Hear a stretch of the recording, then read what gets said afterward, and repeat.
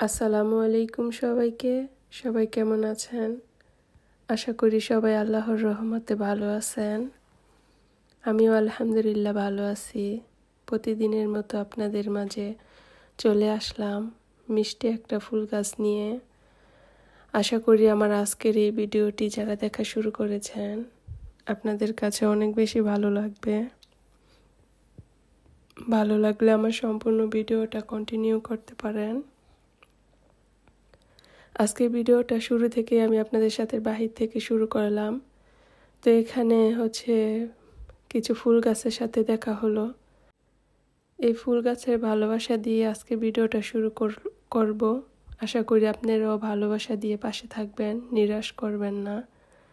তো এখানে যাওয়ার পথে এই সুন্দর একটা ফুল গাছ দিয়ে শুরু করলাম। আজকের ভিডিওটি আমি আপনাদের সাথে রান্নাবান্না নিয়ে আসিনি। আজকের ভিডিওটি আমি চিতই পিঠা বানাবো। তো আমি চিতই পিঠা যেভাবে বানাই আপনাদের সাথে ওটাই শেয়ার করব। আর এই পিঠাটা মনে হচ্ছে এবছর আমি প্রথম বানিয়েছি। অনেক দিন হয়েছে পিঠা বানানো হয় না, শীতের মধ্যে বানানো হয়নি। তো ভাবলাম যে এখন যেহেতু সামনে গরম চলে আসতেছে তাও একবার একটু বানিয়ে খেয়ে ফেলি। আমি আগে থেকে কিছু চাল ভিজিয়ে রেখেছিলাম, তো সেটা ব্লেন্ডার করে এখন ছেঁকে নিচ্ছি যাতে করে একদম স্মুথ একটা ব্যাটার হয়। এই জন্য আর ব্যাটারটা যদি স্মুথ হয় তাহলে পিঠাও কিন্তু সুন্দর ফুলবে। আর আমার এখানে যেহেতু কারেন্টের চুলা, তো একদম গ্যাসের চুলাতে যেমন টস টস করে ফোটে ওরকম ফুলবে না, বাট সুন্দর হবে আর কি, যতটুক খাওয়া যায় ওরকম সুন্দর হবে। তো আমি অনেকগুলো বানিয়েছি। মাঝে পথে আর কি মনে পড়েছে আপনাদের সাথে একটু শেয়ার করার কথা, তাই বানানোর প্রায় মাঝামাঝি অবস্থায় আপনাদের সাথে দেখাচ্ছি।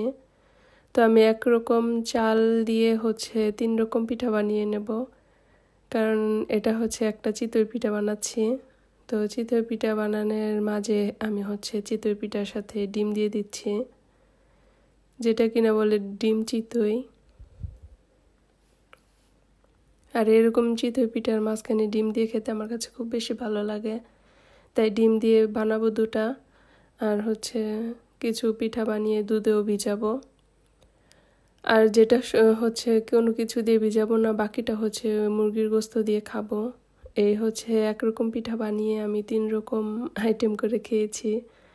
তো আমার কাছে এরকম আর কি শর্টকাটে খুব বেশি ভালো লাগে, এজন্য আপনাদের সাথে শেয়ার করলাম। আর যেহেতু চিতই পিঠা বানিয়েছি, তো আমার কাছে সবসময় বানালে অল্প 4-5টা হলো আমি দুধে ভিজাই আর কি, ভালো লাগে দুধে ভিজাই খেতে, এজন্য আর কি আপনাদের সাথে শেয়ার করা। আর দুধে ভিজাইতে ওইরকম কোনো ঝামেলা হয় না, যেহেতু পিঠা বানানো রেডি থাকে, দুধটা জাল করে দিয়ে দিলেই হয়ে যায়। তো আমি এক এক করে সম্পূর্ণ পিঠাগুলো বানিয়ে নেব আর একটু একটু করে আপনাদের সাথে শেয়ার করলাম। তো যারা আমার ভিডিওটা শুরু থেকে এই পর্যন্ত দেখা শুরু করেছেন, আশা করি মনে করে একটা লাইক দিয়ে শুরু করবেন।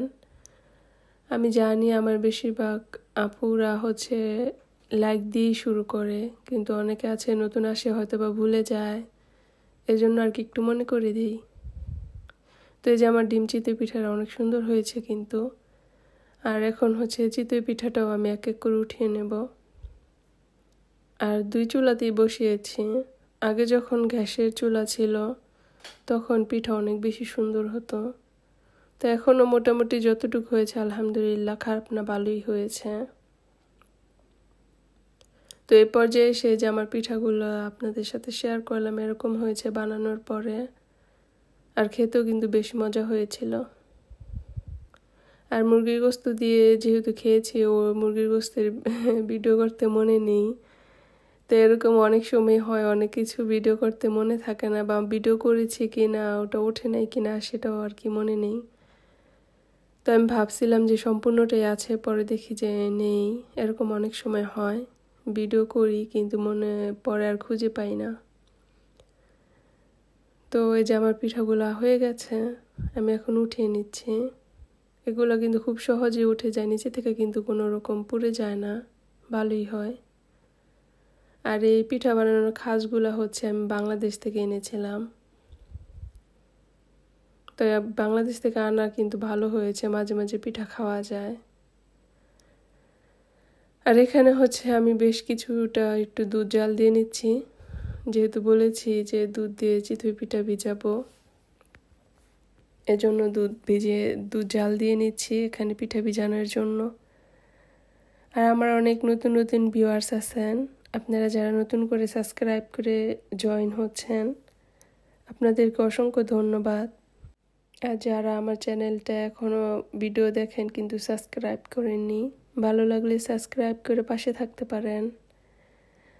আর এখানে যে আমি কিছুটা গুঁড়ো দুধ ঘন করার জন্য জাল করে ঠান্ডা দুধ দিয়ে আর কি গলিয়ে নিলাম, এতে করে কিন্তু দুধটা অনেক ঘন হয়ে যাবে।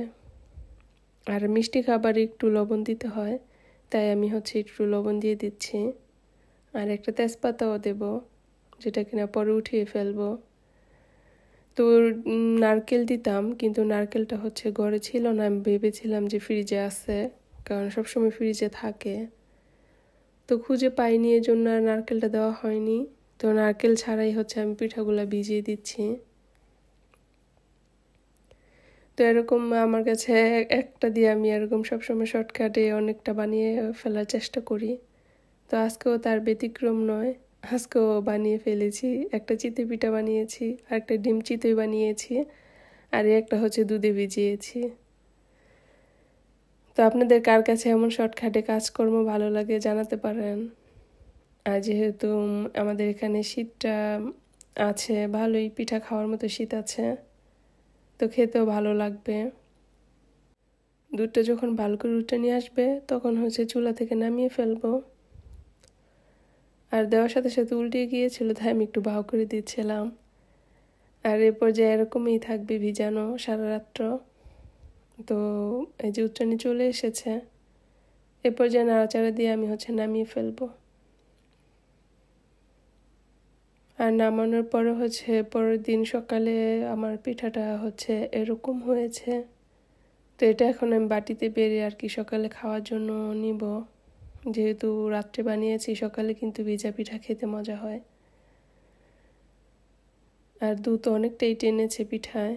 আর বাংলাদেশের মতো ওরকম করে ভিজে একদম পিঠা ফেটে ওইরকম হয় না, কারণ এখানে চালের কিছু ব্যবধান আছে এজন্য।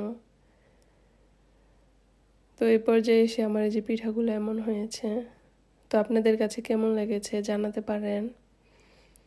তো পিঠা খাওয়ার শেষে হচ্ছে আপনাদের সাথে বাহিরের আর একটু ফুলের ভিডিও শেয়ার করলাম। এটা হচ্ছে আরেক ধরনের ফুল গাছ। তো বিকেলে যখন বাহিরে গিয়েছিলাম, তখন এই ফুল গাছগুলোর সাথে আবার দেখা হয়েছে। তো ভাবলাম আপনাদের সাথে আর একটু শেয়ার করি। তো একটু একটু করে সামনে আর পিছনে শেয়ার করেছি। তো কেমন লেগেছে আমার আজকের ভিডিওটি আপনারা চাইলে কমেন্টে জানাতে পারেন। আর যারা সম্পূর্ণ ভিডিওটা কন্টিনিউ করলেন, আপনাদেরকে অসংখ্য ধন্যবাদ। আর মন থেকে অনেক দোয়ার ভালোবাসা রইল, আপনারাও আমাদের জন্য দোয়া করবেন। তো এখানে শীত আর গরমের মধ্যে ফুলের এই যে ব্যবধান থাকে, গরমের এখন এই নতুন ফুলের আগমন। তো আমার আজকের ভিডিওটি এ পর্যন্তই। আল্লাহ হাফিজ।